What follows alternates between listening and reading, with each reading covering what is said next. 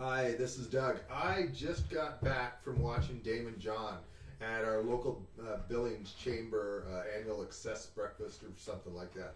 They used to call it the salesperson's breakfast. Or actually, it used to be called the salesman's breakfast, and they served mimosas and Bloody Marys. That was back in the day. Back in the day when it was all men. So it's been definitely, we're in a different world today, which is good. I prefer our world today to the world that it was. Daymond was amazing and amazing. The one thing, quick observation, I found it fascinating that there were roughly 1,800 people there, 1,800 people that got up early and came down for this breakfast. And take a quick guess at how many people were actively taking notes to this gentleman who has created billion-dollar brands. None that I could see besides me. Now, I was using my phone, so I was only able to get 3 pages, maybe 3.5, 4 pages of notes, typing on my phone, but it was awesome. If I had had my journal, I would have written out a bunch more. So, but that's something, that's a tip for you. If you want to get ahead, you only have to do that much more than everybody else. Even if all you did was take notes and never did anything with them, you would be ahead of the other people in that room because it didn't stick. They might have remembered his 5 tips that he talked about, but the whole thing didn't stick. Very few of them, I mean, they might talk to some friends, but you really need to, I believe that, if we want to grow in life, we need to record life, and we need to be able to go back to that. I'll never forget, I was at a conference in Big Sky, Montana. This is where it really struck home for me about journaling and taking notes. I was always pretty good about that, and I learned to do that in the 80s, late 80s, early 90s, from another mentor. But I was at this conference in Big Sky, and it was one I'd lucked out at. Tony Robbins had talked about Jim Rohn at his Date with Destiny event. So I went and searched up Jim Rohn to see who he was. And I found that he was speaking at this event in Big Sky, Montana. I live in Billings, Montana. Big Sky is just an hour and a half away, 2 hours away. And I signed up. It was like $300. So I'm like, great. And I went there, and there's like 40 people there. I'm with my girlfriend at the time, now my ex-wife. There's like 40 people there, and they're all like professional speakers, and they all know each other, and they're from all over the world. And then there's us. It was so funny. She's like, how did you find out about this? I'm like, I just searched the web, And this was pre-Google. I mean, it tells you how long ago this was. And what I noticed, what I really learned from Jim Rohn that event is he took notes. He was writing in his journal during every speaker he attended. Now, he did take one day off and headed into Yellowstone National Park, but for the 3-day event, I mean, he had his journal and he was taking notes. He was recording and learning from the different speakers. So that's what we need to do in life, is we need to make sure that we record it. We record life so that we can go back to it and we can learn from the past. So we can record it, we can learn from the people we're listening to. That is one thing that I had learned before, but that really cemented it for me. Seeing someone like him, who I really look up to, and seeing him taking notes from people that were not as accomplished as him. They weren't at all. They were not nearly as accomplished as him, but he was learning from all of them. I had an instance similar to that where I was speaking at an event, Jeff Mills, it was an online marketing event, and there were people in the audience that had large online brands, 8-figure brands. And one gentleman in particular, he was taking notes like mad through my presentation. He filled several pages of notes on it. And 6 months later, he pushed out a product that was virtually my presentation. There are some variations on it, but it was, more power to him, man. He was an implementer. But he took my presentation, adapted it, got somebody else's face on it, and pushed it out there and made $1 million on it, which was awesome. I mean, obviously, I wish I would have made the money he made, but so what? It's life. That's what it is. It's like learning, growing, moving forward. There's nothing that I was teaching it was good, but it wasn't anything he couldn't have figured out on his own down the road. But he was the idea that he congested that, took that in and went forward was awesome. That was one thing that I noticed, and that was going all the way back to this morning, that no one else was taking notes. Fascinating to me. And these are people, lots of business owners, lots of entrepreneurs that could have learned more from the event than they did. They just listened, oh yeah, that was a great speech, and then they went on with their lives. We need to be in the middle of things, we need to be learning, and we need to take our notes, and then we need to review our notes after the fact. That's how we grow and continue to go faster. Okay. Let's talk about what Daymond had to say today. One of the first things that he said that really struck with me was someone asked him what his magic power was, and he said his magic power is that he can be decisive. He can make a decision and follow through on that decision. That's a power. You'll find that with lots of very wealthy people. They make a decision and make a move on it immediately. They don't hold back.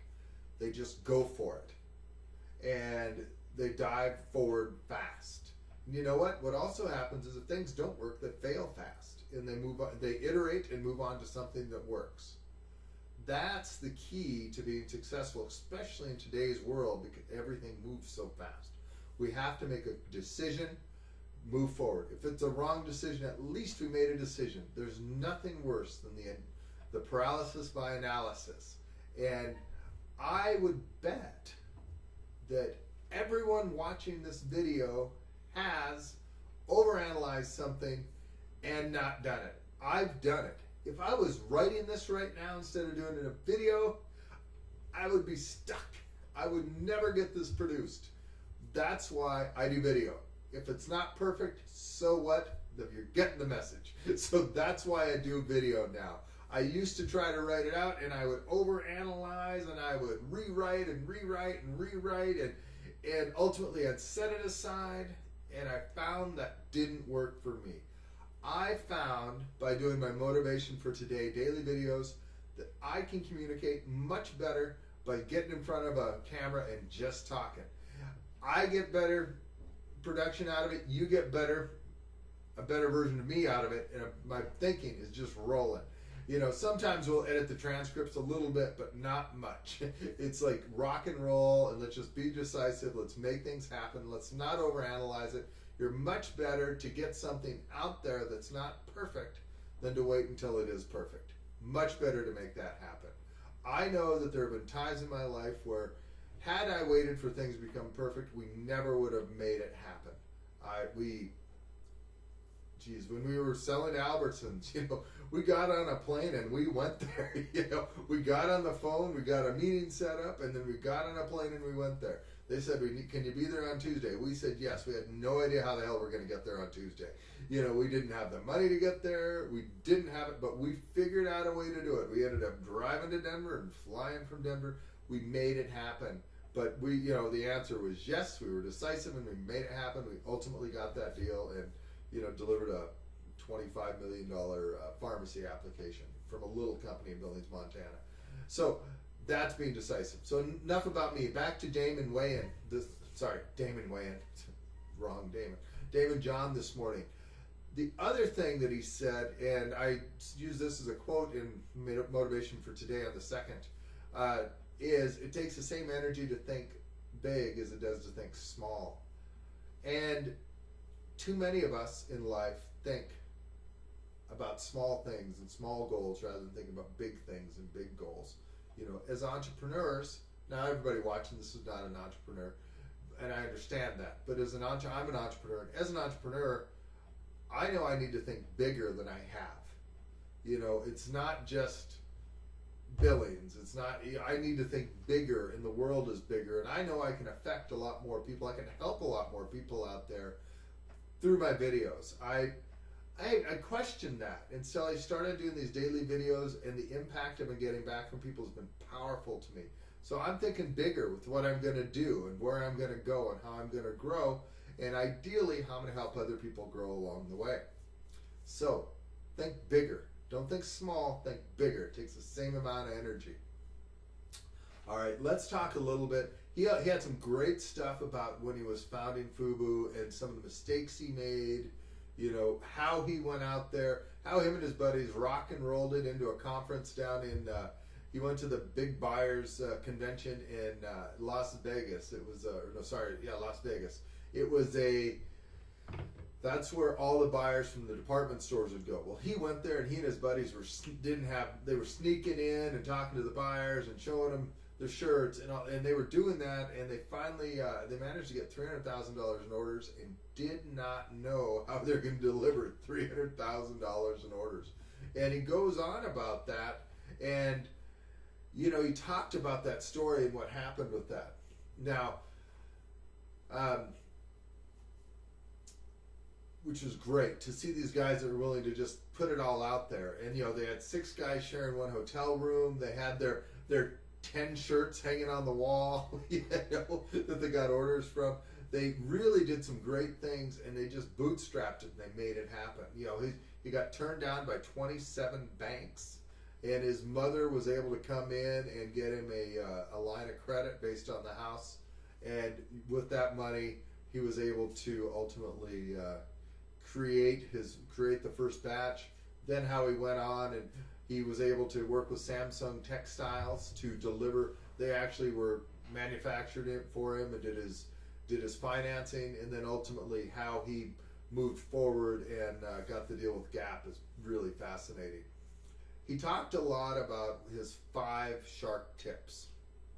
And that was really kind of the meat of his presentation, and he wrapped his story of launching FUBU around that. Now, his number 1 shark tip was, it's an S, and it's set a goal. You know, you can't hit a target unless you know what it is. So I know I have my goals. I'm going to be sharing them more in some other videos as I'm doing some goal setting videos for everyone. But I have goals for where I want to be. I've got small goals, I've got big goals, and after today I'm making my goals even bigger than they were. So I am going to go further with my goals than I have been. I've got some ideas, and you know, one of the things I've been saying in the past is I can help an entrepreneur add a zero. I mean, if you want to go from 100 to 1 million, I can do that. If someone wants to go to 5 million to 10 million, I can do that. You know, because there's always those opportunities. Well, I need to do that for Doug, and I'm going to do that for me. I've got some great ideas that I'm going to start sharing, and you know, I want to help you add a zero as well, and grow your business and grow your life, and you know, get further down the path than you are today. So I'm going to be developing some tools, technologies, and some trainings to help do that. I'm really excited about some of the ideas that I came up with today from Daymond John. A lot of really cool concepts that had been bouncing around, but now I'm going to really do something with them. Presentations I've done that I'm going to do some more with. But that's the thing. You need to set a goal for yourself. You need to set a goal so that you can grow and really move yourself and your business where you want it to go. So number 1 was S, set a goal. Number 2 was do your homework. That's the H. Now, what he did is, when this goes back when he was trying to figure out how to sell his clothing, he went to, that's why he found out that they all sold, all the buyers went to this big convention. So that's why he went to that big convention. But you need to understand, anytime you're doing a goal, even if you're trying to lose weight, you know, you want to do a little bit of homework on it. You want to understand, you know, what are the best ways to do it. Now, don't overanalyze. You need to make a decision and move forward, but you need to do your homework and understand how things work. If you're going to move your business into a new market, you need to understand what the competitors are like. If you're going to start a new business, you need to understand what other people are doing, understand how you can do it differently. Because, you know, right now, there really are no new businesses. There's just a different way to deliver it. There's maybe a way to do it here and do it in your town that's different from Maybe it's something you see in a larger town and you bring it into your town. Maybe it's something that you've seen overseas and you want to start doing in the United States. Lots of things are like that. But you need to do your homework so you understand, the good, the bad, the ugly about what's going on in that industry, and understand how you can deliver your product to the market, how you can get financing to make it happen, how you can, who you should be talking to if you really want to grow. All of those things are things that you want to do. So that is really that's homework is the H. So you really want to do your homework anytime you start a new venture, after you've set a new goal, anytime you're moving forward, you want to do your homework. The next one he says is adore. What he's saying is you really need to love what you're doing. Just love it. You really need to feel that love and connection to anything that you're doing, because if you don't love it, you're going to be stuck in it. You're going to hate it eventually. I mean, you see that all the time with people that have bought a franchise, or they loved doing their craft, whatever it was. Maybe they love working on cars, but all of a sudden now it's grown and they're not working on cars anymore. They're doing payroll and taxes and hiring and firing, all that stuff that they don't love. You want to work on the stuff that you love and be able to focus on that. Company I used to work with, and I still do some consulting with the Vitas Group, was formed to actually help people be able to work where they do all that back end stuff, so you can focus on what the part of the business that you love, which was in a lot of cases is the craft. A lot of the construction guys, they love the building part, they don't love all that other stuff. Dentists love being dentists, they don't love managing the people. So they help handle all of that, bookkeeping, payroll, HR, all of that stuff for them. I think it's a great business model. Some guys love the marketing. I love the marketing. So I don't love all the other stuff. So you wanna do what you adore. Plus, you don't want to forget your family. I love my daughter. I want to spend as much time as I can with my daughter. I am working on making it so that my life does not depend on any location. I can be wherever I want, and so that I can travel to see my daughter. So my daughter and I can travel. That's my goal in my life. And that's what I'm going to be making happen. I'm going to get to where my daughter and I can travel. If we want to spend somewhere overseas for 4 weeks, we can, because my business can either be run while I'm over there by me, or it can be run, remotely and keep moving. That's what I'm working towards. That's really my goal. See, you want to make sure that you love what you're doing and you love the reason you're doing it. But also, don't overwork yourself in it. You want to be able to take the time for family. You want to take the time for friends. Obviously, my mother just passed away, and that's really deep. It's me really hard right now. I'm really glad I was able to spend time with her the last couple of weeks. I'm really glad she was here. My daughter was here for Christmas. I'm really glad, but I wish I had more time with her. There's never enough time that you can spend with your family. It's like we've always said, nobody comes to the end of the life and says, man, I wish I was at the office more. No, they always say they wish they were home more, and they wish they were connecting more. So that was one of the stories he told about how he's on the road away from his daughters a lot. But he ultimately changed his business around, so he's working with entrepreneurs, which is something he loves. Ultimately, he got under the Shark Tank and how that all works for him. So make sure you do something that you adore, okay? Do something that you adore, but don't forget your family, and make sure you're there for your loved ones as well. Then he talks about remembering that you are the brand. That is the R. Remember you are the brand. In today's technology world, before somebody hires you, they are going on and checking you out. I teach college students how to do a social media cleanse before they go out in the job market. Really a very important thing. My Build Your Brand class works for that, for people in the professional field as well. It's all about being smart about your brand online, because that stuff will catch up with you. I am so glad that YouTube and that was not around when I was in college, or else I'd have a big mess to be cleaning up. As it is, I've got some friends that when they post pictures, I cringe a little bit when they tag me in them. But that's just the way it is. But as kids today need to be aware of that and need to look at how they're projecting themselves out into the world. and how to handle that. And really, I mean, this world is open. We need to be clear and congruent in who our personal brand is. I'll be doing some more talks on that down the road, really going in depth on how you can build and protect your own personal brand. I'm feel very strongly about how you do that. Social media allows us to do it, and it can also destroy us quickly.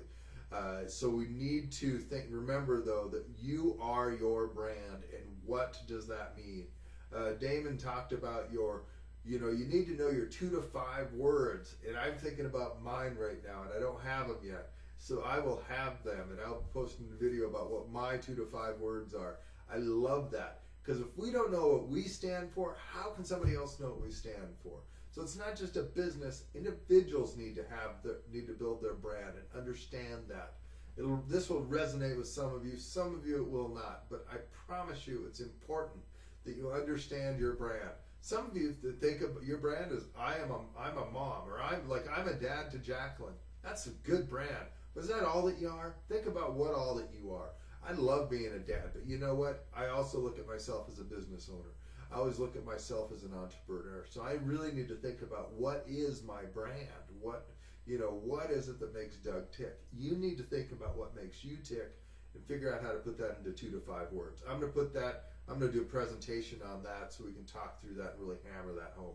Let's start thinking about that. But remember, you are the brand. And then the last one was keep swimming. Sharks die if they're not swimming. So we need to keep swimming. Keep going upstream. Get the water flowing through us. If things aren't going the way we want, go around it. It's just like, I love Jim Rohn has the ant story. It's like ants don't quit. They figure out a way around.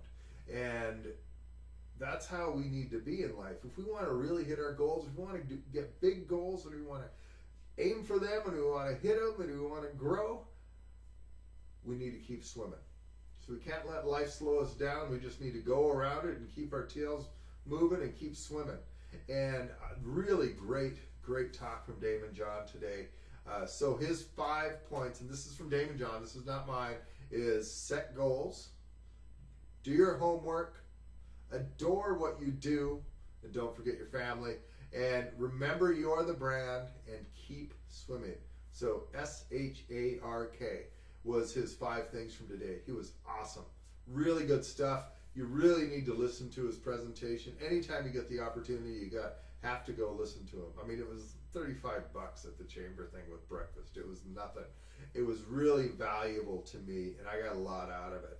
But I took notes, and I didn't see anybody else doing it. Because I took notes, I'm looking at them right now as I'm talking to you, and I'm going to go back through again and type and spend some more time on them, and then I'm going to do some follow-up. That is really the key to mastery in life, is you need to document it, you need to revisit it, you need to take your notes for follow-up from it, what you're going to do from it, and move forward. That is how I do it. That's how I'm going to get ahead. That's how I'm able to start thinking bigger rather than smaller. And I want you to do the same thing in your life. You need to think bigger, not smaller.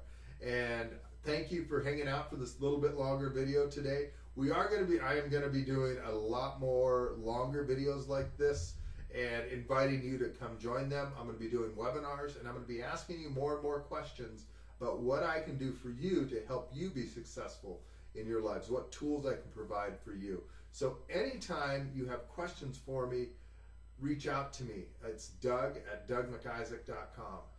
Just reach out to me, send me a message on Facebook. You can message me through the Motivation for Today page. Lots of ways to get a hold of me, but Doug@DougMcisaac, DougMcisaac.com. I'd love to hear from you. You have a great day. Thank you for hanging out with me. I look forward to helping you be successful and going along with me on my journey of success. Thanks again.